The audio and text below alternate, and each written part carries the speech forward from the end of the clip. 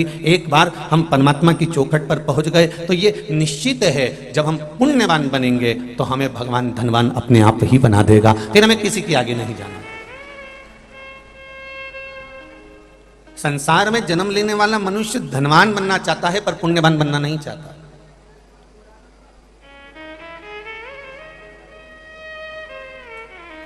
और क्या करोगे उनका अगर वो पुण्य कर्म से ना आवे तो?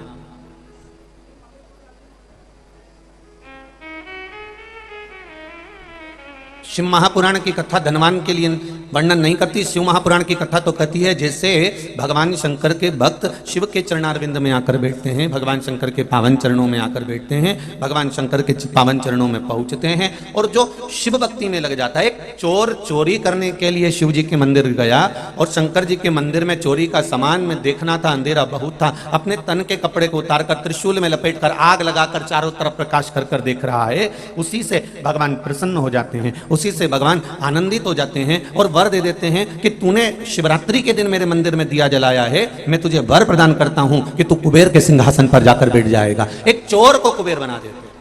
ये पुण्यता है हमारी, ये पुण्यवान का आनंद है।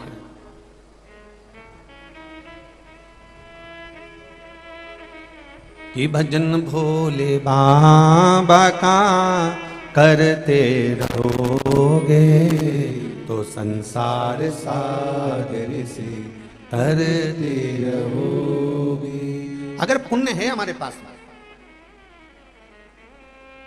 तो आप उस पुण्य के बल पर बहुत कुछ कमा सकते हो। शिव महापुराण की कथा कहती है, श्रीमद् वल्लभाचार्य जी का चरित्र कहता है, श्रीमद् वल्लभाचार्य जी का चरित्र वर्णन करता है कि श्रीमद् वल्लभाचार्य जी ने जगन्नाथपुरी में एकादशी को उल्टा लटकाया। आप लोग गए होंगे तो देखा होगा कि जगदीश में जगन्नाथपुरी में एकादशी उल्टी लटकी। कारण क्या था? खूब विरोध करा गया श्रीमद् वल्लभाचार्य जी का कि तुमने एकादशी को उल्टी लटका दिया जगन्नाथपुरी में। क्यों लटकाया? उसका कारण क्या था? श्रीमद् वल्लभाचार्य जी ने कहा, आप कहते हो कि कोई मरे तब एकादशी का दान दीजिए, आप कहते हो कि कोई मरे तब अन्न का दान दीजिए, आप कहते हो कि कोई मरे उसके बाद में आप ये दान दीजिए। श्रीमद् वल्लभाचार्य जी ने एकादशी को उल्टा लटका कर कहा कि एकादशी का अगर दान करना है तो पहले एकादशी करो और एकादशी करने के बाद उस एकादशी का फिर दान करो जीते जी। उस एकादशी का फिर दान होना चाहिए। इतना सुंदर, हम तो इतना अच्छा व्याख्यान इस वर्णन को नहीं कर सकते। आपके यहाँ के एक विद्वान, बहुत विद्वान, पुष्टि मार्ग के लेखों को अपनी वाणी में व्यक्त करने वाले, जिनकी वाणी को इस शरीर को भी सुनने को मिला, परम पूज्य आदरणीय, मैं तो संत शिरोमणि भी कहूँ तो अतिशयोक्ति नहीं होगी, आदरणीय शायद मदन लाल जी जोशी जी, जिन्होंने मंदसौर नगर का नाम पुष्टि मार्ग की कथा के मामले में सबसे आगे लेकर गए, ऐसे मदन लाल जी जोशी इसी मंदसौर के थे।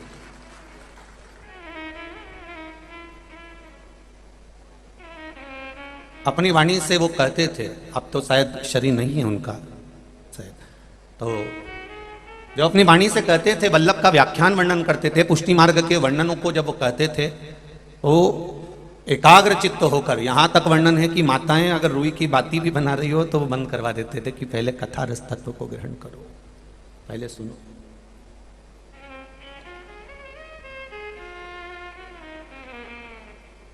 पुष्टि मार्ग की व्याख्यानों का जो वर्णन करते थे, पुष्टि मार्ग, ये बक्से बंदे साहित्य के पुष्टि मार्ग की व्याख्यानों का जब वर्णन करते थे और उन व्याख्यानों का वर्णन कर कर जब वो कहते थे कि एकादशी जीते जी दीजिए, जीते जी,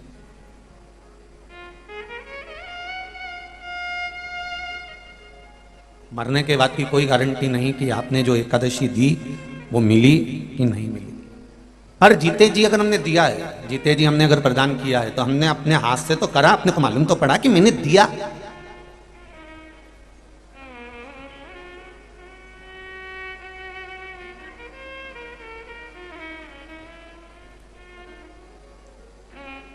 ब्राह्मण देवता ने कहा कि ये मर गए, 12वां हो रहा है, 13वां हो रहा है, एकादशी कितनी किसको देना है? बड़े बेटे ने 5 दे दी, छोटे ने 3 दे दी, बहू ने 4 दे दी, उसने 3 दे दी, एकादशी का दान दे दिया।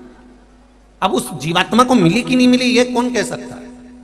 तो आपने अगर एकादशी का व्रत करा है और आपने अगर एकादशी करी है तो तुरंत हाथ में जल लेकर आपने कह दिया मेरी करी हुई एकादशी में से मैंने 5 एकादशी इस व्यक्ति के लिए जो पलंग पर पड़ा हुआ है, सड़ रहा है, गल रहा है, तकलीफ में भोग रहा है, ऐसे जीव के लिए मैं ये एकादशी दे रहा हूं, मैं ये एकादशी प्रदान कर रहा हूं। अपने हाथों से दे, उसके मरने से पहले उसको जीव को प्रदान कर दे। अब हमने कहा कि वो मर गए, उसके बाद में हमने गुलाब जामुन खिलाई या आलू बड़ा या भजिया खिलाया, तो उसका क्या लाभ है? जब वो जिंदा है तब उसकी सेवा कर लीजिए, जब तक वो है तब तक उसको कुछ देते रहिए और उसके जीवन का सुख उसे प्रदान करते रहिए। जिसकी नजर और नियत दोनों, नजर और नियत दोनों ठीक होती है, वो जिंदगी में कभी धोखा नहीं खा सकता, वो आगे ही बढ़ता चलेगा। बस नजर भी ठीक रखिए और नियत भी ठीक रखिए। नजर और नियत अगर ये दोनों ठीक है, आपकी नजर भी ठीक है और नियत भी ठीक है, तो आप धोखा नहीं खा सकते, ये निश्चित है। बिंदु प्रेत योनि में क्यों पड़ा? क्योंकि उसकी नजर गलत जगह चली गई थी। देवराज प्रेत योनि में क्यों पड़ा? देवराज अगर मर रहा है, ब्राह्मण होकर कर्म विक्षिप्त हो गया है, तो वो क्यों हुआ? उसका कारण क्या था? क्योंकि वो गलत दृष्टि में पड़ गया। नजर और नियत ये दोनों अच्छी होना चाहिए, ठीक होना चाहिए। हम कई बार नजर भी ठीक नहीं रख पाते और नियत भी ठीक नहीं रख पाते। हम दूसरे को देखा और देखकर हमारे मन में काम जाग गया, हमारे भीतर लोग जाग गए, हमारे भीतर वासना जाग गई, हमारे भीतर कुछ ना कुछ अहंकार का, अभिमत्ता का पथ जाग गया।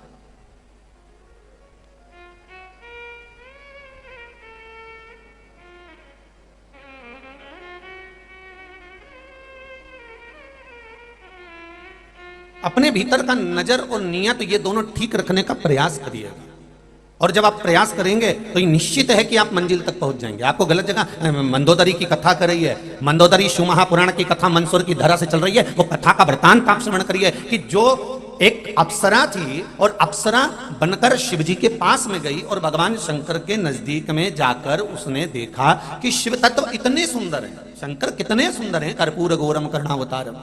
पहले तो शिव जी को सुंदर देखने वाला चाहिए।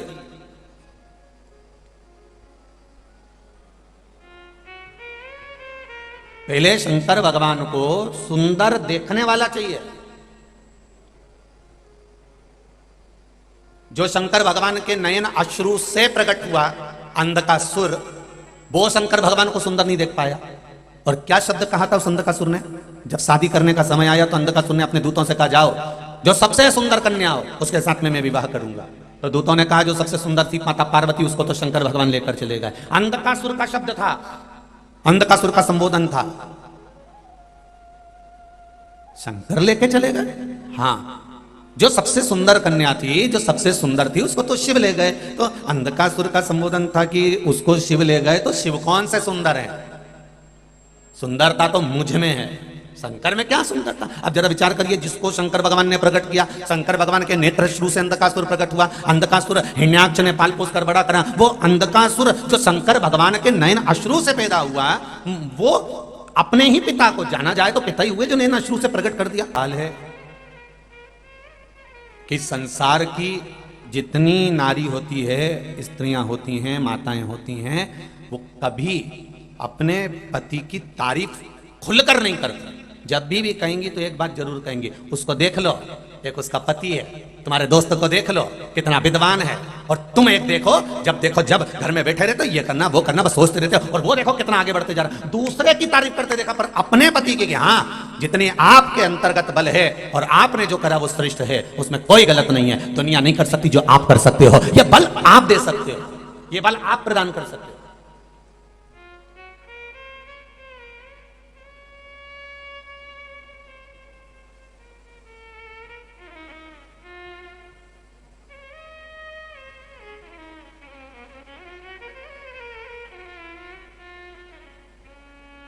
केवल एक लंकाधिपति रावण भी शिव जी से नहीं कहा कि तुम सुंदर हो। यहां स्वयं अंधकासुर कह रहा है कि मैं सुंदर हूं, शिव कहां इतने सुंदर है, उसको पार्वती को मैं अपना बनाऊंगा।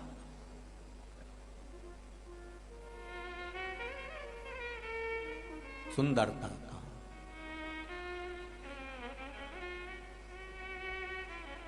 बहुत कम लोग होंगे जो सुंदरता देख पाएंगे। पहले तो शंकर भगवान की सुंदरता देखने वाला चाहिए।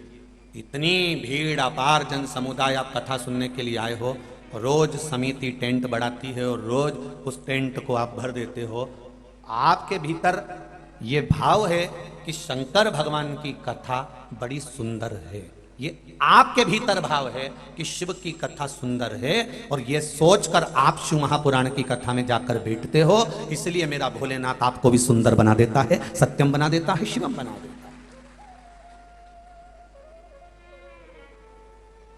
आपके भीतर सुंदरता भरी हुई है ना, तो आपको सुंदर नजर आ रहा है। काला कलर का चश्मा लगाओगे तो सब काले दिखेंगे, पीले कलर का लगाओगे पीले दिखेंगे, नीले कलर का लगाओगे नीले दिखेंगे, सफेद कलर का लगाओगे सफेद दिखेंगे। ये दृष्टि का भेद है। आप अगर अच्छे हो तो आपको सारा विश्व अच्छा नजर आएगा। आपको अगर आप भीतर से ठीक हैं तो सारा संसार आपको ठीक नजर आएगा। और यदि आप सुंदर हैं अंदर से, आत्मा से, चित्त से, वृत्ति से, तो कथा भी सुंदर नजर आएगी। आप अच्छा छाट लेंगे, अच्छा निकाल लेंगे। ये गुरु जी ने ब्रह्मा जी का चरित्र श्रवण कराया और सुंदर कर्मनाशा नदी का वृतांत श्रवण कराया। भगवान ब्रह्मा जी का अर्धनारीश्वर स्वरूप वर्णन किया। भगवान शंकर का ये स्वरूप वर्णन करा। गौ माता का चरित्र श्रवण कराया, ये चरित्र श्रवण कराया। आप अच्छे हो तो आप पूरी कथा में से अच्छाइयां छाटते रहोगे। और अगर आपकी दृष्टि में भेद बढ़ा हुआ है, आपकी दृष्टि में कपट भरा हुआ है, आपकी दृष्टि में बेईमानी भरी हुई है और आपकी नजर ठीक नहीं है, तो दुनिया का कोई भी आकर खड़ा हो जाए आप उसमें बुराई देख ही लोगे, ये निश्चित है। चश्मा जो लगाया होगा वैसा आपको नजर आएगा, ये निश्चितता है।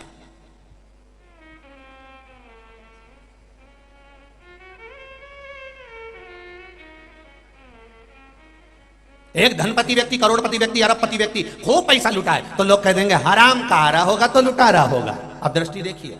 और अगर करोड़पति व्यक्ति 1 रुपया खर्च नहीं करे तो लोग कह देंगे कहीं छाती पे बांध के ले जाएगा, इतना कमा रहा है 2 रुपए दे नहीं सकता।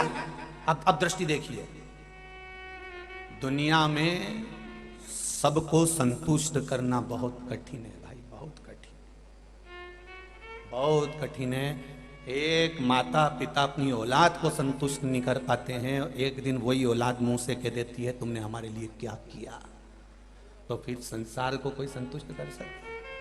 कौन संतुष्ट करेगा? बहुत कठिन है। पूरा शरीर का एक एक अंग को बुढ़ापा आ जाता है। ये घुटने भी बुढ़े हो जाते हैं, ये कान भी बुढ़े हो जाते हैं, ये आंख भी बुढ़ी हो जाती है, ये नासिका भी बुढ़ी हो जाती है। शरीर का एक एक अंग बुढ़ापा ले लेता है, शरीर का एक एक अंग बुढ़ा हो जाता है। केवल एक अंग शरीर के अंदर है, ये जीवान, जो कभी बुढ़ी नहीं होती। अगर ये बुढ़ी हो जाती तो घर में कभी सास बहू का झगड़ा ही नहीं होता, कभी सास बहू का झगड़ा नहीं होता अगर ये जीवान बुढ़ी हो जाए। हाथ बूढ़े हो गए, अब मुझसे बनता नहीं, हाथ धूज रहा है। पांव बूढ़े हो गए, मुझसे चला नहीं जाता। नेत्र बूढ़े हो गए, मुझे दिखाई नहीं देता। कान बूढ़े हो गए, मुझे सुनाई नहीं देता। नासिका बूढ़ी हो गई, दिन भर नाक में से पानी बहता रहता है। ये पूरा शरीर, दांत तक बूढ़े हो गए, हड्डी हड्डी बूढ़ी हो गई, शरीर का एक एक अंग बूढ़ा हो गया। और जीवान कभी बूढ़ी नहीं होती, क्योंकि जीवान भगवान ने इसलिए बूढ़ी नहीं करी कि भगवान ने कहा अगर मैं इसको बूढ़ा कर दूंगा और ये शिथिल हो गई तो ये शिथिल होकर चुपचाप पड़ी रहेगी, तो मरते तक ये पाप कैसे करेगा? इसके पाप के लिए जीवान को जवान रखा है कि तुम मरते तक भी निंदा करते रहे, बुराई करते रहे, चुगली करते रहे, ये बोलते रहे, आड़ा टेढ़ा बोलते रहे, जिससे मरते तक तूने जिंदगी में कभी सोमवार का व्रत कराओ, मंगलवार का व्रत कराओ, शनिवार का व्रत कराओ, गौ माता को रोटी दी हो, किसी के कन्यादान कराओ, तूने जिंदगी में जितना जितना करा है, तेरे मरने से पहले तू इतना पाप कर देना, जीवन से इतना निंदा कर देना, इतनी बुराई कर देना, इतना अपशब्द कर देना कि ये करते करते करते करते करते करते एक दिन तेरा जितना पुण्य है, जितना अच्छा कर्म है, ये सब समाप्त होगा, ये सब समाप्त। पुण्य, तुम्हारा पुण्य जब, तो ये शरीर का सारा अंग बूढ़ा हो जाता है। बोलो री जी हो, सही है कि गलत है? पूरा शरीर का अंग समाप्त हो जाता है, शरीर का एक एक अंग बूढ़ा हो जाता है, पर जीवन नहीं हो पाती। अंत समय प्रभु पड़ेगा, वचन दिया तो निभाना पड़ेगा। आए ना आए प्रभु कुटुंब कबीला, अंत समय प्रभु आना पड़ेगा, अंत समय प्रभु आना पड़ेगा। पूरा शरीर बूढ़ा, पूरा शरीर बूढ़ा और एक एक अंग बूढ़े हो गए पर जीवान नहीं हो पाई, क्योंकि जीवान को युवान रखा गया है। जीवान को युवान रखा कि तू जवान रहना, क्योंकि तुझे मरते मरते तक भी निंदा करना है। नजर और नियत ठीक रखिए। आप अच्छा देखोगे अच्छा दिखेगा, बहुत अच्छा दिखेगा। आप बुरा देखोगे आपको बुरा दिखेगा। जैसा देखना चाहोगे वैसा दिखेगा आपको। आपको दिखना चालू हो जाएगा। आप देखिए दुनिया की, आप अच्छाई देखने का प्रयास करिए। कितनी सुंदर सृष्टि है भगवान की, कितना सुंदर स्वरूप है भगवान का, कितना आनंद है भगवान का। जरा विचार करिए। उस अप्सरा ने, एक अप्सरा ने जो भगवान की सुंदरता देखी, एक अप्सरा ने भगवान का आनंद सुख, उनकी सुंदरता का व्याख्यान देखा। जरा विचार करिए। शिव तत्व है क्या? शंकर को, भगवान शिव को मेरे ओघड़ दानी की सुंदरता का वर्णन जरा कोई जाने तो। कर्पूर गौरम करुणावतारम संसार सारम नमः शिवाय नमः शिवाय नमः शिवाय नमः शिवाय। कर्पूर गौरम करुणावतारम संसार सारम। भगवान शिव की सुंदरता, भगवान शंकर का आनंद, भगवान शंकर का स्वरूप का आनंद। अच्छी नजर रखो, मेरा शिव सुंदर दिखे। अच्छी नजर। और जब नजर अच्छी होगी तो ये निश्चित है, अगर नजर श्रेष्ठ है तो उसमें निश्चितता है कि भगवान अपने आप आपको सुंदर नजर आने लगे। अपने आप आपको देखने की जरूरत ही नहीं पड़ेगी।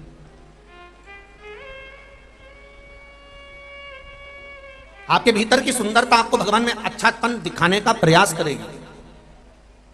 जितने भी लोग कथा में श्रवण कर रहे हैं, कथा सुन रहे हैं, भगवत भजन कर रहे हैं, भगवत स्मरण कर रहे हैं, भगवत भक्ति को धारण कर रहे हैं, आप उसमें श्रेष्ठता ढूंढेंगे, श्रेष्ठता मिलने लगेगी अपने आप। कहीं जाने की जरूरत भी नहीं पड़ेगी। अविरल भक्ति को पाने का महाराज। एक अप्सरा जिसका नाम है मधुरा, जरा विचार करिए। वो मधुरा भगवान शंकर के पास पहुंची है, देवलोक से पहुंची है, और शंकर भगवान के स्वरूप में उसे सुंदरता नजर आ रही है। भगवान शंकर का स्वरूप उसे सुंदर दिख रहा है, भगवान शंकर का स्वरूप उसे आनंदमय दिख रहा है, भगवान शंकर का स्वरूप उसको अलमस्त आनंद भक्ति में नजर आ रहा है। वो मधुरा को, वो मधुरा जो देवलोक में निवास कर रही थी, केवल भगवान शंकर के सुंदर स्वरूप को देखने के लिए, भगवान शंकर के सुंदर स्वरूप को जानने के लिए पृथ्वी पर गई है, मृत्यु लोक में गई है, भगवान शंकर के स्वरूप को जानने पहुंच गई।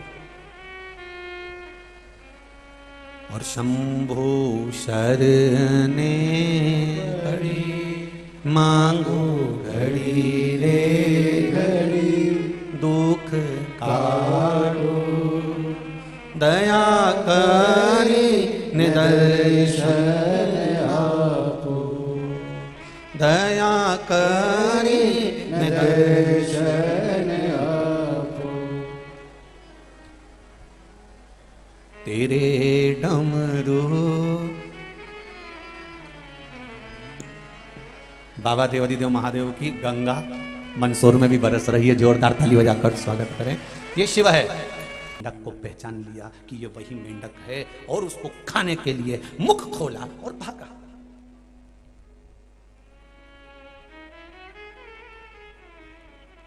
खोला और भागा।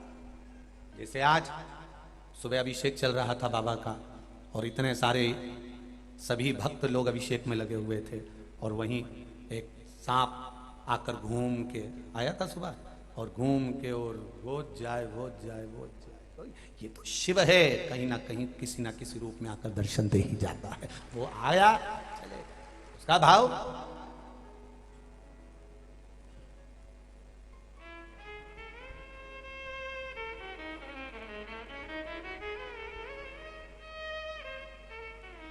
ये तो उसका भाव है, उसका हृदय, उसका चित्त। अब सांप पीछे पड़ा मेंढक के, मेंढक फिर भागा, मधुरा फिर भागी। भागते भागते मधुरा एक भगोने के पीछे छुप गई। सांप उसको खाने के लिए एकदम लपका तो खीर के भगोने में गिर गया। खीर के भगोने में गिरा। मेंढक मधुरा ने देखा कि इसमें सांप गिर गया। अगर कोई दूसरा होता तो ये सोचता कि अच्छा हुआ मर गया। अगर अपने जैसा कहीं का होता और तुम्हें जो परेशान करने वाला के साथ एक्सीडेंट हो जाए, परेशान करने वाले को दुख आ जाए, तो तुम सबसे पहले हनुमान जी को नारियल चढ़ा। अच्छा है, अच्छा है।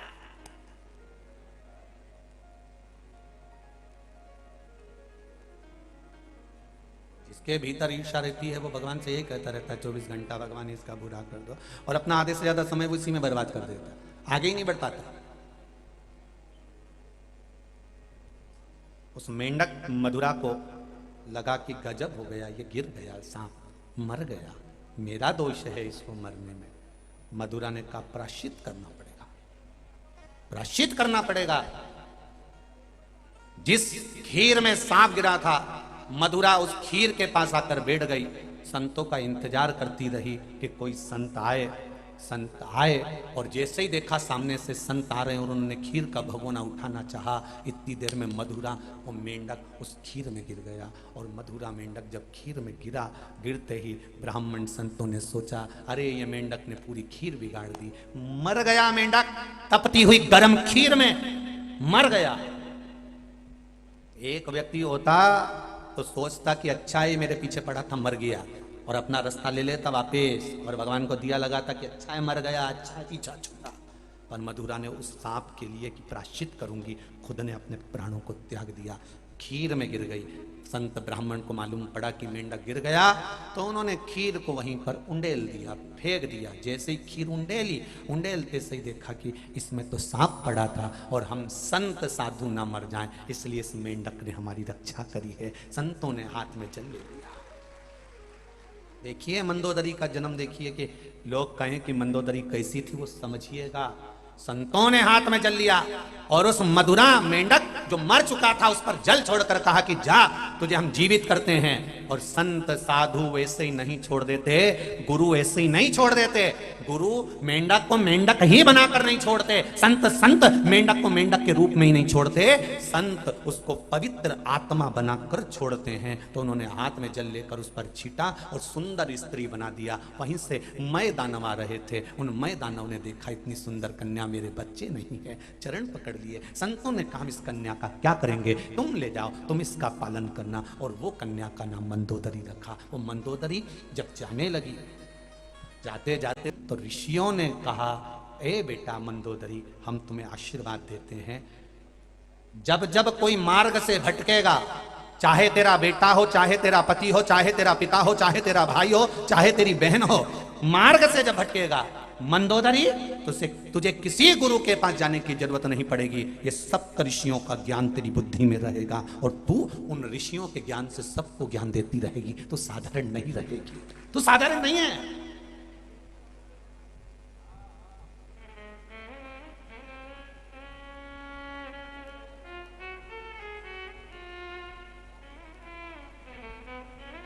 मैं दानव के यहां गई, हेमा अप्सरा ने उसका पालन पोषण करा। मैं दानव माता बड़ी सुंदर थी, उसकी सबसे बड़ी सुंदरता थी उस मंदोदरी की, वो शंकर की उपासक थी। एक बात अपनी जिंदगी में याद रखना, जितने साधु संत सन्यासी बाबा जोगी का दर्शन करोगे, ये क्रीम पाउडर नहीं लगाते, चंदन का तिलक है, गले में रुद्राक्ष की माला है और थोड़ी सी भस्म शरीर पर लपेट कर रखी है, साधारण से वस्त्र हैं। उसके बाद भी आप देखना कि संत की सुंदरता अपने आप बढ़ती चली जाती है, क्योंकि वो शंकर की भक्ति में डूबे।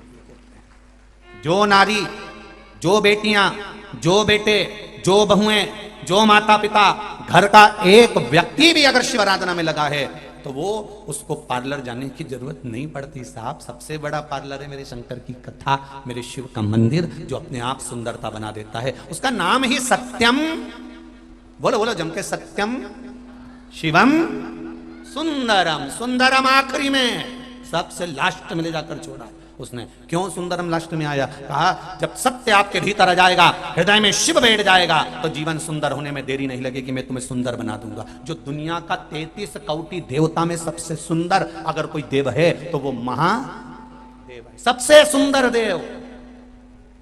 एक बार गणेश जी ने कह दिया था, पिताजी ये तन पे भस्म भस्म लगा के बैठे रहते हो, जटा जूट बांध कर बैठे रहते हो, एक बार मुझे तुम्हारा सुंदर रूप का दर्शन करना। कैसे हो तुम, मुझे देखना है। शंकर भगवान कभी अपने रूप का दर्शन नहीं कराते थे, कभी नहीं, नहीं मैं नहीं दिखा सकता, नहीं मुझे तो देखना है। शंकर भगवान ने कहा चल गणेश। गणेश जी को बिठाया कंधे पर, लेकर पहुंच गए।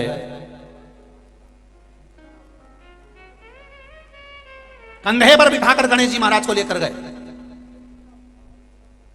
एक बार इस प्रसंग के पीछे भी किसी ने विरोध कर दिया।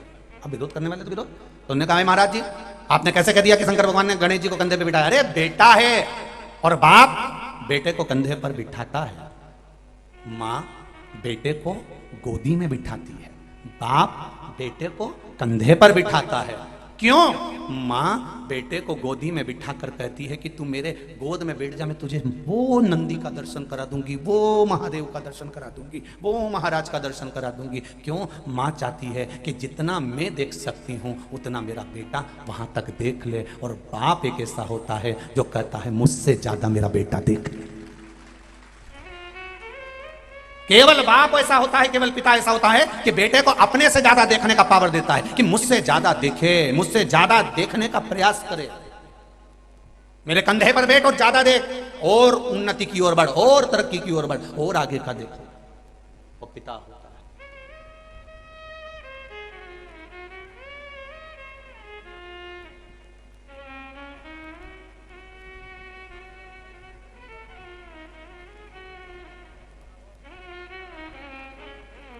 एक बेटी ने एक पत्र भेजा है, देखिए।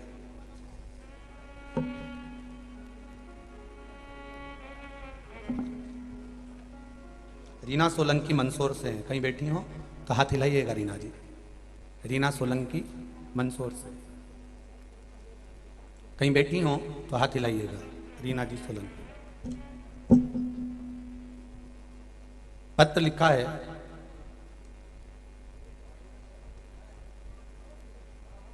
हमारे सनातन धर्म से जोड़ने का गुरुदेव आपने जो कार्य किया उसकी मैं प्रशंसा करूं, मेरे पास शब्द नहीं।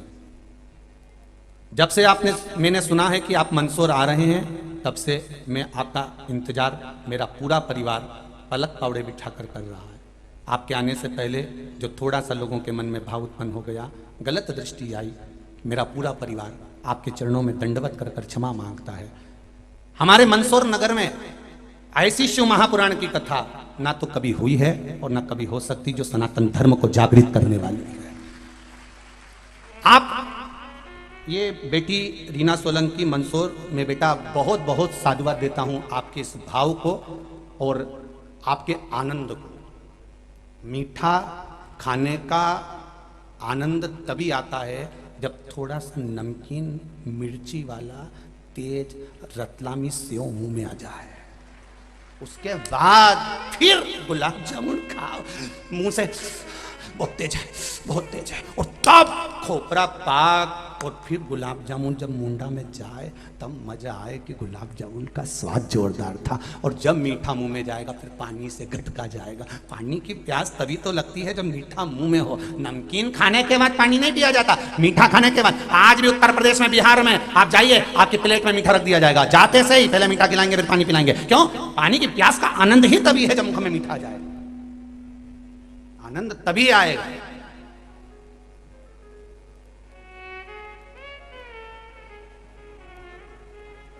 कितना भाव है आप लोगों का, कितना प्रेम, कितना प्रेम। इधर पूरा टेंट बढ़ा दिया, इधर पूरा टेंट बढ़ा दिया, पीछे बढ़ा दिया, उसके बाद भी ढेर खड़े हो यहाँ से वहाँ तक, गाड़ियों पे चढ़ चढ़ के बैठे तो हाँ। अब तो समिति भी सोच में पड़ी है, तेरा क्या होगा कटिया, क्या कर सकते।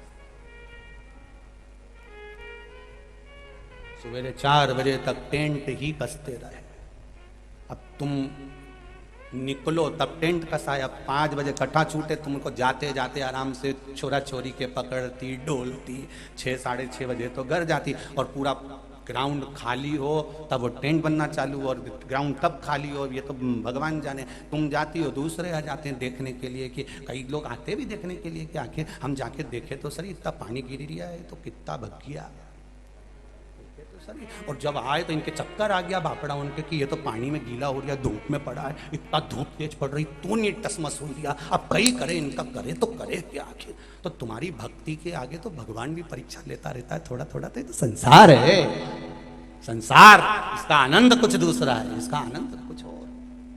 करो भजन, और उस भजन का सुख मधुरा को संतों ने आशीर्वाद दिया कि तू जब जब अटके, जब जब तेरे चित्तवृत्ति में आए तब तब तू ज्ञान दे सकती है। हम सब ऋषियों का ज्ञान तेरी चित्तवृत्ति में रहेगा, तू सबको समझा सकती है मधुरा, सबको समझा सकती है। वो मंदोदरी कोई साधारण नहीं थी साहब, उसका ज्ञान कितना प्रबल था, वो शिव तत्व में डूबी रहती थी।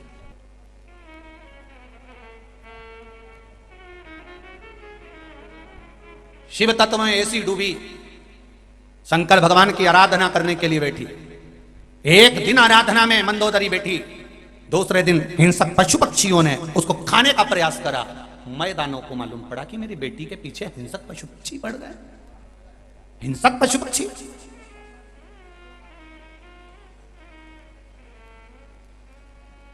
बेटी साधारण नहीं थी, तब साधना में डूबी हुई उस मंदोदरी की शिव भक्ति कितनी प्रबल थी कि उसने जितने हिंसक पशु पक्षी मंदोदरी के ऊपर आक्रमण कर रहे थे, खाने वाले थे, और वो मंदोदरी ने केवल जरा सा बेल पत्र का पत्ता उठाकर 4 तरफ अपने रख लिया, 4 तरफ बेलपत्री के पत्ते को रख लिया, तो एक हिंसक पशु पक्षी प्रवेश नहीं कर पाया।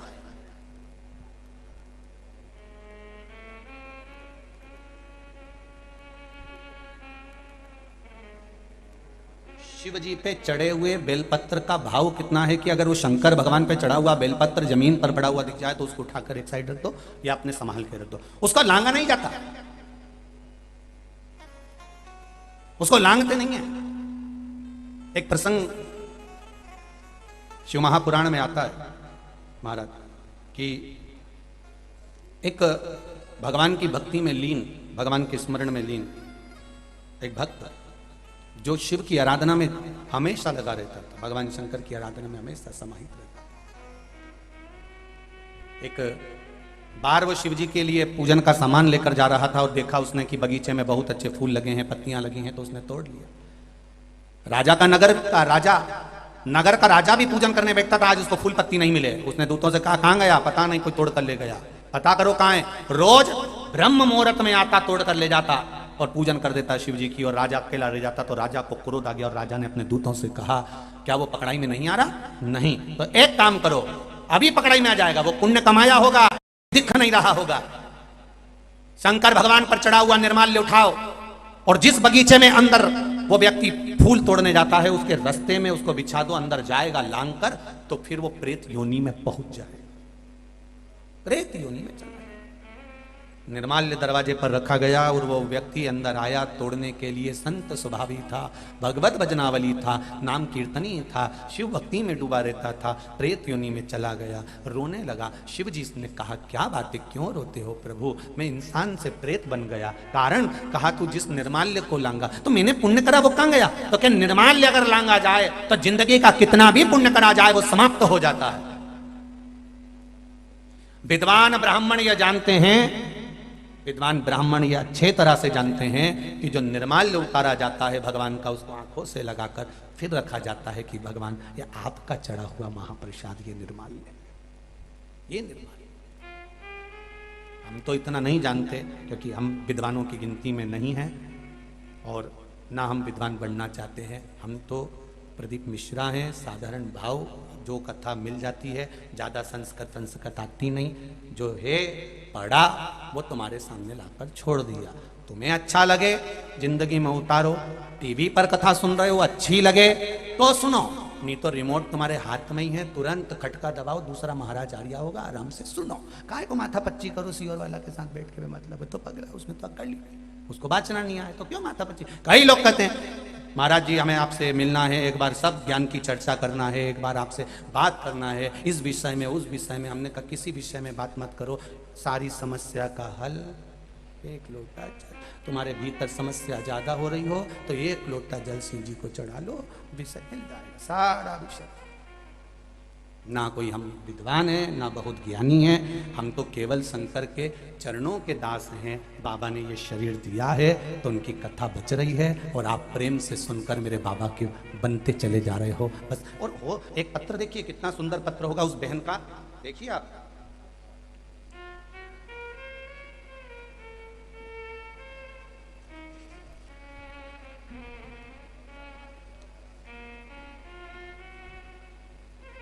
शंभु शरणे मागु घड़ी रे घड़ी दुख काटो दया कर। मठू राठौर, गांव ठोटर, जिला रतलाम से हैं। कहीं बैठी हो तो हाथ हिलाइएगा, दोनों हाथ हिलाइएगा जहां भी बैठी हो। तो मेरी बहू की शादी को, पुत्र की शादी को 7 साल हो गए थे। उनकी डॉक्टरी जांच कराई पर डॉक्टरों ने कह दिया था संतान का सुख नहीं है क्योंकि इनके भीतर कुछ प्रॉब्लम है। कई जगह पर जांचें करवाई पर आराम नहीं लगा। बाबा की कृपा, एक बार पशुपतिनाथ का व्रत किया, उसके बाद आपने गुरुजी जो सफेद आंकड़े की जड़ का उपाय बताया था वो करा, उपाय किया। उसके बाद मेरे बहू के बाबा की कृपा से अब 5 महीने चल रहे हैं। मैं बाबा को धोख लगाने के लिए आई। ये शिव है। ओ गड़ी, एक पत्र और देखिए बड़ा सुंदर,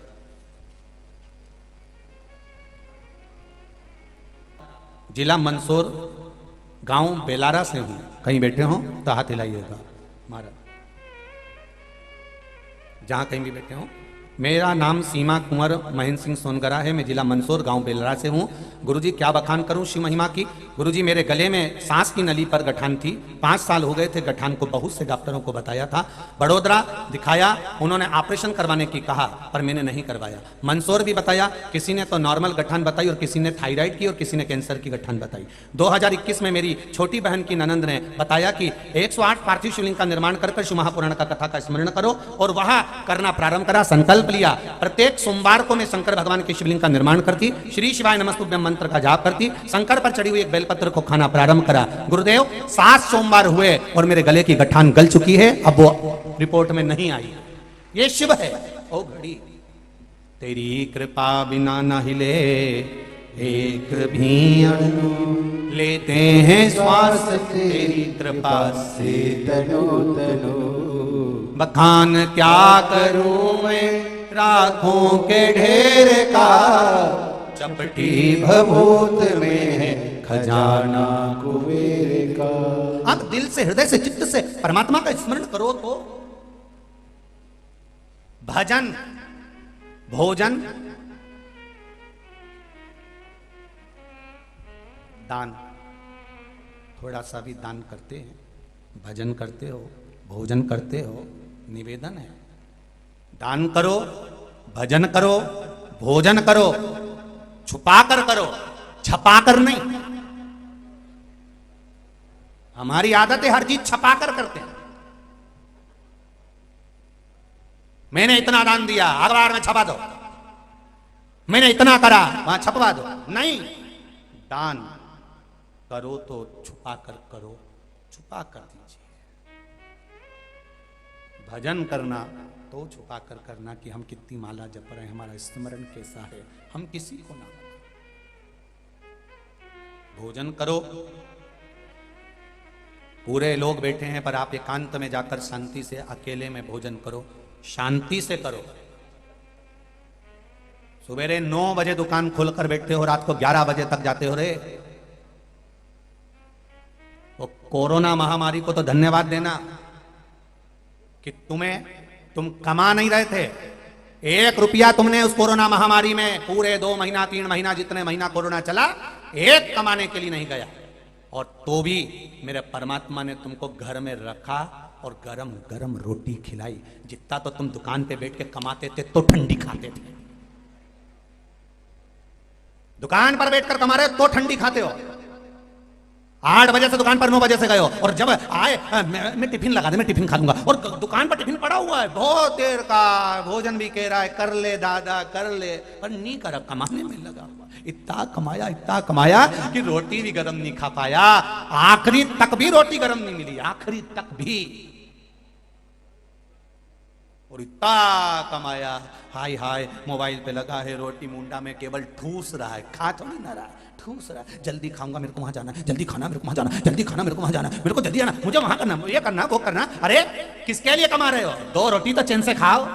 9 बजे से दुकान पर चले जाते हो, रात को 10-11 बजे आते हो, कमा कर कमर टूटी जा रही है, बीपी शुगर ऊंचा नीचा होए जा रहा है, बाल झड़े जा रहे हैं, पूरे शरीर पूरा बेकार हो गया, और 2 रोटी भी चैन से नहीं खा रहे, 2 रोटी भी।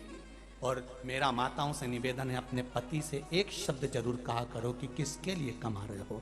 ठीक है, पूत सपूत तो की धन संचय, और पूत कपूत तो की धन संचय। बेटा सपूत होगा ढेर लगा देगा, और बेटा कपूत होगा 50-50 लाख की 4 गाड़ी भी छोड़कर जाना तो सब राख मिला देगा। बिल्डिंग कोठी बंगला दुकान ढेर बनाकर चले जा, सब राख मिला देगा। बेटा सपूत होगा जोड़ेगा, और बेटा कपूत होगा तो जोड़कर चले जा, सब राख मिला देगा। किसके लिए जोड़ रहे हो? किसके लिए? तुम मस्त होकर जियो, खूब अलमस्त होकर। मुख में हो राम नाम, राम सेवा हाथ में, तू अकेला नहीं प्यारे राम तेरे साथ में। अलमस्त होकर। बेटे ने आवाज लगाई, पापा ने 25,000 का मोबाइल दिला दिया। बेटी ने आवाज लगाई, पापा ने 10,000 का मोबाइल दिला दिया, 25,000 का मोबाइल दिला दिया। पत्नी बोली, उसके लिए 25,000 का मोबाइल आ गया। शादी की सालगिरह हुई, रानी हार आ गया। और मेरा भेरू अभी भी कीपैड चला रहा है, अभी भी छोटा, अपने को काम ही नहीं पड़ता, दुकान पे लगे रहते तो फुर्सत नहीं मिलती, ये बच्चे लोगों का काम पड़ता। तो बेटों को तो चाहिए पापा से कहे, पापा तुम कितना कमाते हो मेरे बाबुल, मेरी शादी के लिए जोड़ा, परिवार के लिए जोड़ा, छोटे से मकान से 4 मंजिल का मकान करा, पापा कितना कमाया है पापा। बेटी भी कह सकती है, बाबुल कितना कमाया। पापा एक बात कहूँ, थोड़ा जल्दी आया करो, अपना परिवार सब साथ बैठकर भोजन करेंगे पापा, तो मुझे अच्छा लगेगा। मैं शादी कर कर चली जाऊंगी तब तो आप अकेले रहोगे, भाई की शादी हो जाएगी तो जगदम्बा घर में आ जाएगी, तुम चैन से रोटी खा सकोगे नहीं खा सकोगे, कोई भरोसा नहीं पापा। जब तक हम भाई बहन कुंवारे हैं साथ में भोजन करें पापा, आओ साथ में बैठें, थोड़ा समय हमारे को भी तो दीजिए। पर हाय कमाई, हाय कमाई, हाय कमाई, तिजोरी तो भरी पर ये तिजोरी खाली कर दी, 21,600 रोज निकाल दी, रोज निकाल। महाराज मथुरा मंदोदरी छोटी सी अवस्था से शिव उपासना में लगी थी। जैसे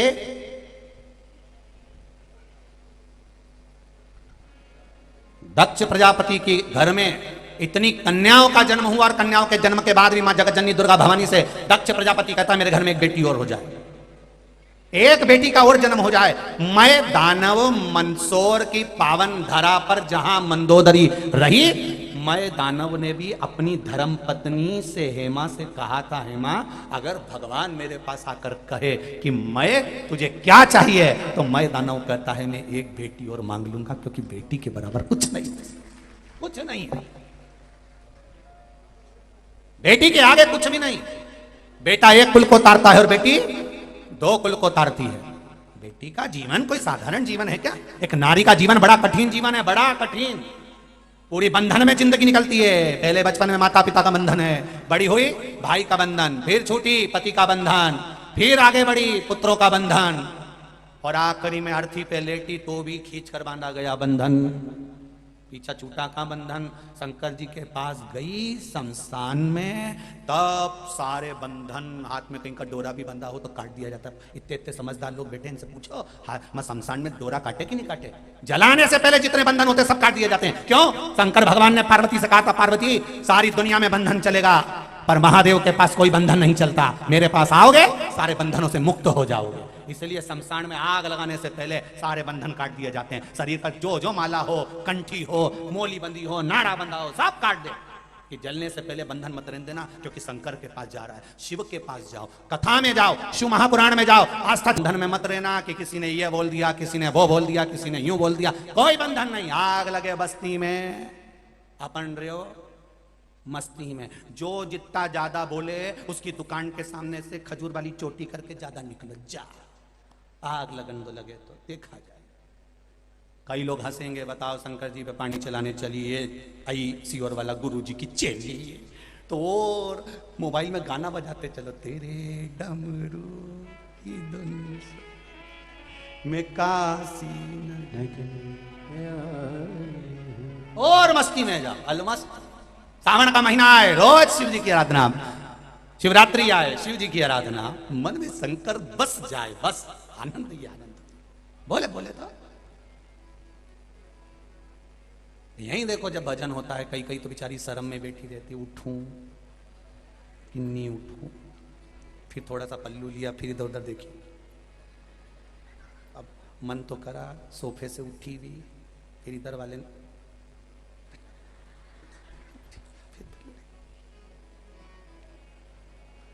अब सबको देख रही बापड़ी, मन करे फिर अब इसने सोचा है इधर से इशारा ज्यादा हो तो, और आखिरी में उठी गई, ला बोलता रहे। अब भेरू का मुंह गप्पा, तू घरे चल, तू चल घरे, तूने भी कह दिया, आ भेरू तू आ, आज नी सिंदूर चढ़ाया तुम्हारा नाम भी नहीं, और ये बोला, और फिर जगदम्बा बिखरी। तुम 10 जगह जाओ, मैं बोलूं एक बार कथा में लेके कर, इतिया कर, शिव पुराण में मत चलना मेरे साथ, कल से मैं अकेली चली जाऊं। ले उन्हें स्कूटी उठाई, धुंधुड़ा के पहुंची गई, और घर गई तो सारी स्कूटी 2-4 जगह से दूची। तो पति ने कहा कि ये 4 जगह से स्कूटी दोष दी, तो वो तो स्कूटी थी।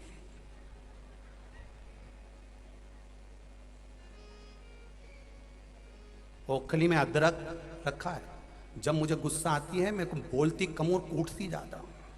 पूरा अदरक मैंने कूट दिया, तो फ्रिज में कूटा कुटाया क्यों रखा? क्योंकि अदरक चाय में तो इतना सही डलता, तो जब गुस्सा आए मैं अदरक को कूट लेता हूँ। आज स्कूटी हाथ लग गई, स्कूटी को देख लो 4 जगह से, हमारे पीछे मत पड़ी। मैं कथा सुनूं जब तक मत बोलना, हमारा मंसूर में कथा चली रही है और मैं 2 बजे से 5 बजे तक कथा सुनूं, वो बीच में हमारे कोई तकलीफ नहीं ना मेरे। तो क्यों मैं कहाँ जाए, वहाँ बैठवे की जगह नहीं, तुम चुप रहो, मैं फंसी के बैठी जाऊंगी, पर जाऊंगी, जा नहीं रुकूंगी, तो जा पहुंच गई। अरे पानी गिरे तो कहीं गली जाऊंगी, धूप पड़ रही है तो कहीं काली होगी। कल यहाँ धूप आ रही थी तो माताएं बड़े आराम से बैठी और ऐसा ऐसा पल्लू करके बैठी। मैंने कहा गजब सूर्य नारायण भगवान, पर्दा करना तो तूने सिखाया दातार, गजब। चित्त वृत्ति में बहुत शिव तो बैठे, शिव की आराधना नहीं छूटना चाहिए। मंदोदरी नहीं डरी, स्मरण करती रही। 4 बेलपत्री उसने चारों तरफ रखी, आए असुर राक्षस सब आए, पर वो बेलपत्री का बल इतना प्रबल था कि अंदर प्रवेश ना कर सके। बेलपत्री में वो बल है कि अंदर नहीं आ सकते।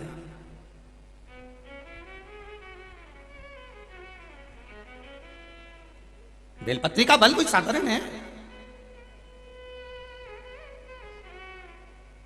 नवरात्र चल रही है, एक बेलपत्री अशोक सुंदरी वाली जगह पर चंदन लगाकर चढ़ाओ तो ये जितने लेटर आ रहे हैं ना कि गठान हो गई थी और ये हो गया था, थायराइड हो गया था, एक बेलपत्री चढ़ाओ तो अशोक सुंदरी वाली जगह पर।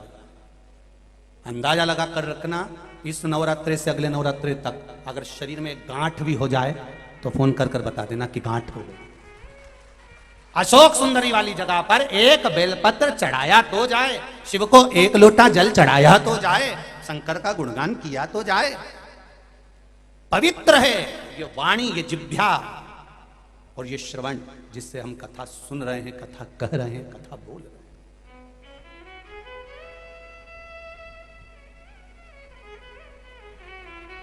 दक्ष प्रजापति ने, मैं दानव ने भी कहा कि एक बेटी और मिल जाए, भगवान से प्रार्थना एक बेटी और जन्म है। जरा विचार करिए कि बेटी की पाने के कितने कितने आनंद होगा। और यहाँ बेटा, तो यहाँ दक्ष प्रजापति ने भी कहा मुझे एक बेटी का और जन्म हो जाए। तो कहा बेटी का क्या करोगे? माता रानी ने कहा तुम्हारे घर में पहले से इतनी बेटियों का जन्म हो गया, अभी और बेटी का क्या करोगे? नहीं, मुझे बेटी थी। पार्वती माता सती प्रसूति के गर्भ से प्रकट हो गई। दक्ष प्रजापति की धर्म पत्नी का नाम था प्रसूति। माता ने कहा बेटी ढूंढने कहाँ जाऊंगी, मैं खुद तेरे घर में प्रकट हो जाऊंगी। और प्रसूति के गर्भ से सती प्रकट हो गई। विचार करिए, माता प्रसूति ने अपने बच्चों को कितना संस्कार दिया होगा, माता प्रसूति ने अपने बच्चों को कितना ज्ञान दिया होगा, माता प्रसूति ने अपने बच्चों को कितने संस्कार दिए होंगे कि आज भी हॉस्पिटल में जहां बच्चे का जन्म होता है उस कमरे के बाहर प्रसूति कक्ष लिखा जाता है कि यहां जो बच्चा जन्म लेगा वो संस्कारवान पैदा होगा। यहां दक्ष प्रजापति की पत्नी ने कोई डोनेशन नहीं दिया तो भी हॉस्पिटल में उनकी पत्नी का नाम लिखाया, क्योंकि संस्कार दिए थे बच्चों को। उस कक्ष का नाम है प्रसूति कक्ष। कौन सा कक्ष है? जम के बोलो जरा, जम के। प्रसूति कक्ष। यहां बच्चों का जन्म होता है, यहां बच्चे प्रसव होते हैं, जन्म लेते हैं। उस कक्ष का नाम है प्रसूति कक्ष, जो दक्ष प्रजापति की धर्म पत्नी प्रसूति के नाम से रखा गया, क्योंकि उसने संस्कार इतने दिए थे, इतना संस्कार।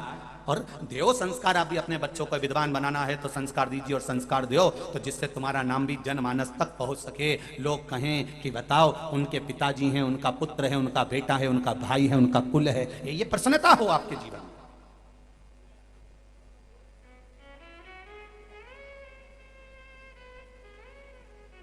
एक बेटी और हो जाए तो वो बेटी हुई प्रसूति के गर्भ से सती हुई।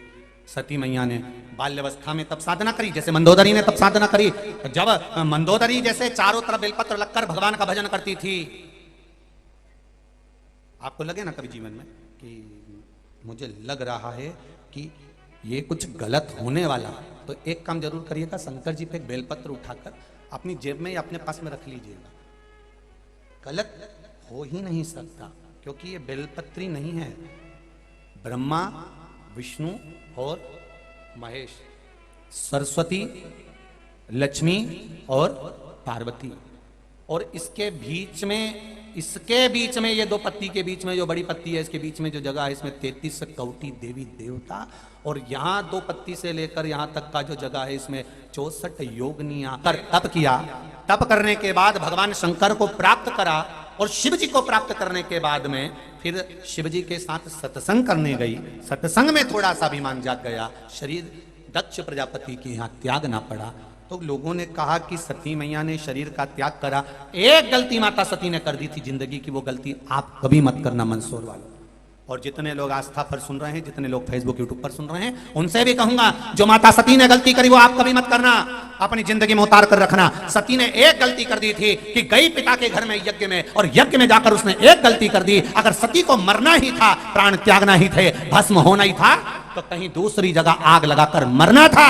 सती मैया अगर मरी, प्राण त्यागे, भस्म हुई, तो यज्ञ जिस कुंड में हो रहा था, सती उसी कुंड में कूद गई।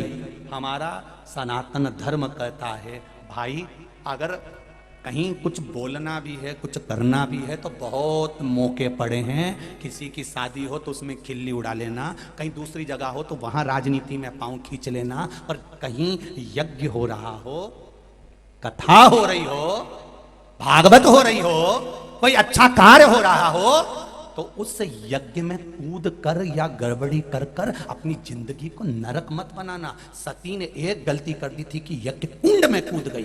शंकर भगवान क्रोध में आ गए। भोलेनाथ जी को क्रोध किस बात पर आया? लोग कहते सती मैया जलकर भस्म हो गई तो शंकर भगवान को क्रोध आ गया। शिव महापुराण को जरा अच्छे से सुनिए, अच्छे से पढ़िए। शंकर जी को क्रोध इस बात पर नहीं आया था कि सती जलकर भस्म हो गई। शंकर को क्रोध इस बात पर आया कि तू गलत जगह पर मर गई, गलत जगह पर तूने प्राणों को त्याग दिया, गलत जगह पर तू भस्म हो गई। सती, अगर तेरे प्राण छोड़ना थे तो बाहर जाकर छोड़ती, पर यज्ञ के कुंड में कूद गई, धर्म की जगह पर, अच्छी जगह पर।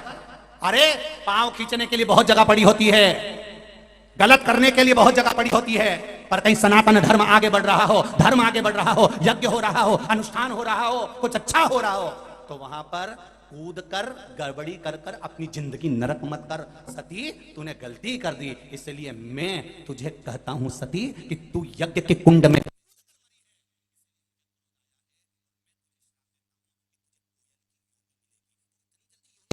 होगी, अभी तो तुझे कोयल बनकर कूकना पड़ेगा, जगह जगह काली कोयल बनकर तू कूकेगी। और वो सती मैया को कोयल की योनि प्राप्त हो गई।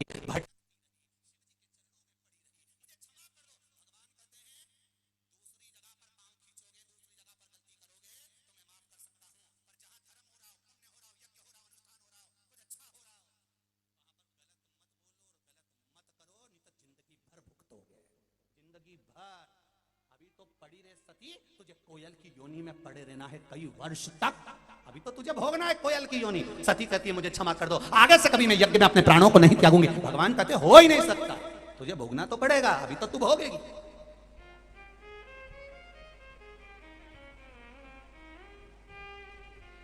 भोगना तो पड़ेगा, अभी तो समय है, अभी भोगना। मत बुरे कर्म कर बंदे, वरना पछताएगा। भगवान की आंखों से तू बच नहीं पाएगा, तू बच नहीं पाएगा। बन सके अच्छा कर सकी। सती ने कहा एक बार तो क्षमा कर दो। भगवान कहते हैं बिल्कुल नहीं कर सकता। बार बार सती ने क्षमा मांगी। कोयल बनकर जन्म ले ली सती। बेलपत्री के पेड़ पर बैठती, पेड़ में से पत्ती तोड़कर लाती, उड़ती उड़ती वो पत्ती शंकर भगवान के ऊपर छोड़ देती। शिव जी जानते कि ये मेरे ऊपर बेलपत्र छोड़ रही है, पर इतनी जल्दी इसको माफ नहीं कर सकता। कई वर्ष निकल गए। एक बार सोमवार की अष्टमी पड़ी। कौन से वार की? बोलो बोलो जरा जम के बोलो। सोमवार की अष्टमी पड़ी। पार्वती जी ने बेलपत्र, माता सती ने अपनी चोंच में से, कोयल ने वो बेलपत्र भूमि पर फेंकी, शिव जी के हृदय पर पड़ी। शंकर भगवान ने नेत्र खोलकर देखा, सती कोयल की योनि में थी, रो रही थी। अब तो क्षमा करो नाथ। शंकर भगवान ने कहा जब 2 आषाढ़ पड़ेंगे और 2 आषाढ़ पड़ेंगे, उस आषाढ़ में तू कोयल की योनि में मेरी स्मरण करेगी, एक बेलपत्र मुझे समर्पित करेगी, तब तू कोयल की योनि से छूटेगी। 2 आषाढ़ अधिक मास आषाढ़ के महीने में पड़ता है, तो उसको कोकिला अधिक मास कहते हैं। मेरी माएं जानती हैं इस बात को। कौन सा अधिक मास कहते हैं? कोकिला अधिक मास। जब 2 आषाढ़ पड़ेंगे तब तू मेरे ऊपर जब बेलपत्र समर्पित करेगी, तब तो उस योनि से छूटेगी। 2 आषाढ़ का इंतजार करती रही सती। 2 आषाढ़ का अधिक मास आए, आषाढ़ के महीने का अधिक मास आ जाए, और आषाढ़ के महीने का अधिक मास आएगा तो मैं इस योनि से मुक्त हो जाऊंगी। उसको कोकिला अधिक मास कहते हैं। महाराज आषाढ़ का इंतजार करा, आषाढ़ का महीना आया। पार्वती जी ने, वो सती मैया ने कोयल के रूप में एक बेलपत्र भगवान को समर्पित करा।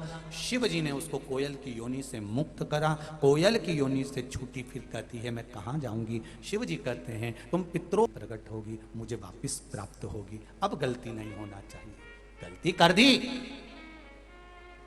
जहां यज्ञ हो, अनुष्ठान हो, दान हो, पुण्य हो, सत्कर्म हो। श्रीमद् भागवत में वर्णन आता है, राजा बलि दान करने के लिए सामने खड़े थे और शुक्राचार्य जी मना कर रहे थे। शुक्राचार्य जी ने कहा राजन किसको दान कर रहे हो? सामने खड़ा हुआ वो ब्राह्मण का बच्चा नहीं, स्वयं त्रिकालदर्शी भगवान नारायण आकर खड़े हैं छत्र कमंडल लेकर। किसको दान कर रहे हो महाराज? भगवान राजा बलि ने कहा नहीं नहीं साहब, मैं तो दान तो कर रहा है, मैं दान तो दूंगा, दान करे बिगड़ तो नहीं मानूंगा, मैं दान देने तो आया हूं। दरवाजे से कोई खाली जाए अच्छी बात नहीं है, दान तो करूंगा। अरे राजन दान कर रहे हो तो किसको? मना करा शुक्राचार्य जी ने, नहीं माने। कमंडल में से पानी निकालने लगे। शुक्राचार्य जी अंदर जाके बैठ गए, टोटी में से एक आंख लगा के देखने लगे। पानी नहीं निकलने दूंगा चाहे कुछ भी हो जाए, पानी निकलने ही नहीं दूंगा चाहे कुछ भी हो जाए। शुक्राचार्य जी ने बहुत हरकत करी, टोटी में बैठ गए, कमंडल में बैठ गए, कुछ भी हो जाए ये होने ही नहीं दूंगा चाहे कुछ भी हो जाए। और उन्होंने बहुत प्रयास करा, पर नारायण तो नारायण थे। उन्होंने कहा राजन क्या हुआ? राजन बोले कमंडल में से पानी नहीं निकल रहा है। भगवान बोले क्यों नहीं निकल रहा? राजा बलि बोला मुझे लगे में कचरा अड़ी गया। भगवान विष्णु ने कहा कचरा भी अच्छा, जाड़ा अड़ा है तो चिंता मत कर, हमने अपनी जिंदगी में कचरा ही साफ करा, अब की बार इसको साफ कर दूंगा। राम अवतार में रावण साफ कर गया, कृष्ण अवतार में कंस, नरसिंह बनकर हिरण्यकशिपु, बराह बनकर हिरण्याक्ष, लादे शुक्राचार्य को साफ कर दो। देखो जरा कमंडल। उन्होंने कमंडल लिया, बाजू में से कुसा की चढ़ाई में से कुसा खींचा, कुसा खींच के जो टोटी में दिया तो बापड़ा की एक आंख निकटी गई। कितनी आंख रह गई? जम के बोलो जरा। एक। तो किसी ने पूछा भगवान ये शुक्राचार्य जी की एक आंख भगवान ने क्यों कर दी? उनकी तो दो रहना थी, तो एक आंख क्यों करी? यहाँ शास्त्र कहता है घर का बुजुर्ग, घर का बड़ा, घर की माता, घर का पिता और गुरु, घर का जो बड़ा होता है उसकी दृष्टि एक होना चाहिए, दो दृष्टि नहीं होना चाहिए। मेरी बड़ी बहू मुझे प्रिय और छोटी ऐसी, मेरा बड़ा बेटा प्रिय छोटा ऐसा ही। जिसकी दृष्टि दो हो जाती है उसका बुढ़ापा बिगड़ जाता है। फिर छोटी वाली कह देती बड़ी रे बड़ी वाली के पास जा, फिर वो नहीं पूछता। दृष्टि दो नहीं होना। मेरा बुजुर्ग माताओं से निवेदन है, पिताओं से निवेदन है, जितने बुजुर्ग हैं उनसे निवेदन करूंगा, कभी अपनी बहुओं के सामने मत कहना कि मुझे बड़ी प्रिय की छोटी प्रिय, कभी मत कहो कि बड़ा अच्छा कि छोटा अच्छा। गेंद खेलते समय किसी के भी पाले में जा सकती है, बुढ़ापा आते आते किसी से भी पाला पड़ सकता है। इसलिए सबकी तारीफ करो, मेरी बड़ी बहू बहुत बढ़िया, छोटी बहू बहुत बढ़िया, बड़ा बेटा बहुत बढ़िया, छोटा बेटा बहुत बढ़िया। अपने का ही करना, अपने तो दो रोटी खाना, बढ़िया आराम से जिंदगी जीना, फुल एंजॉय। अपने का ही करना कि बड़ी ऐसी की छोटी ऐसी। और जिसने भेद करा अपनी बुद्धि में, जिसने बुद्धि में भेद कर लिया कि दो दृष्टि बना ली, नहीं मेरी बड़ी बहू अच्छी है, छोटी तो ऐसी है, छोटी में तो अकल नहीं है, छोटी अच्छी है तो बड़ी ऐसी है, मंजली ऐसी संजली ऐसी, वो गया, फिर तू तो गई, कोई मतलब। भेद ना करिए दृष्टि, एक दृष्टि रखिए। गुरु जब दो दृष्टि करता है तो गुरु का जीवन बिगड़ जाता है। माता पिता जब दो दृष्टि करते हैं तो जीवन बिगड़ जाता है। इसलिए एक दृष्टि से देखिए, एक जाजम से, एक। इतनी बड़ी बात लिखी है शिव महापुराण और स्कंद पुराण में कि सबसे ज्यादा नरक में कौन गिरता है। आप लोगों ने तो कथा सुनी है शिव पुराण की, टीवी पे सुनी कि नहीं सुनी? कई बार तो बोला हमने, सबसे ज्यादा नरक में कौन गिरता है?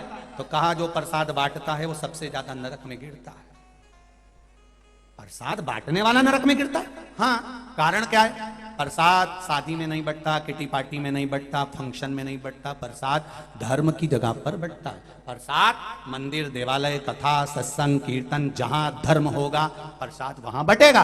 तो प्रसाद बांटने वाला नरक क्यों चले जाता है? क्योंकि प्रसाद बांटने वाला जब खड़ा होता है, सब आते हैं तो थोड़ा थोड़ा देते जाता है और अपनी नरक चले जाता है।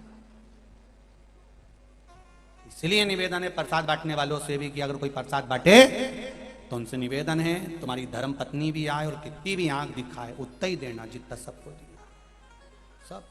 और वो डराए भी तो कह देना तू घरे जा, मैं लेके आ जाऊंगा, पर अभी नहीं दूंगा। सब महाराज, साधारण सी भूमि नहीं भारत की महाराज।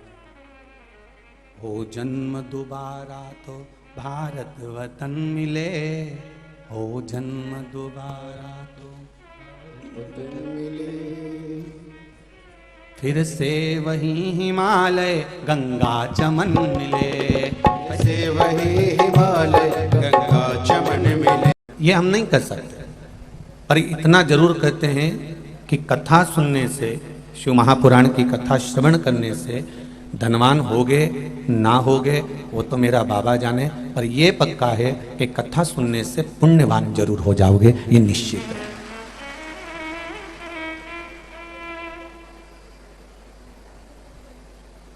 और यदि हम पुण्यवान हो गए, हमारा पाप छिन्न हो गया, हमारा किया गया पाप कर्म समाप्त हो गया और हमने पुण्य एकत्रित कर लिया, हमारे पास पुण्य आ गया, तो ये निश्चित है जहां पुण्य होता है, जहां सुमति तहां संपत्ति नाना।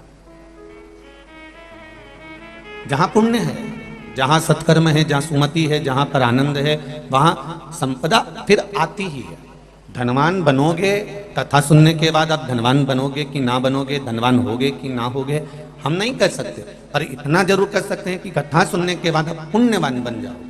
और पुण्यवान अगर बन गए, एक बार सुमति आ गई, एक बार हम भगवान को पहचान गए, एक बार हम भगवान की शरणागति में पहुंच गए, एक बार हमने भगवान का भजन कर लिया, एक बार हमने भगवान की शरणागति ग्रहण कर ली,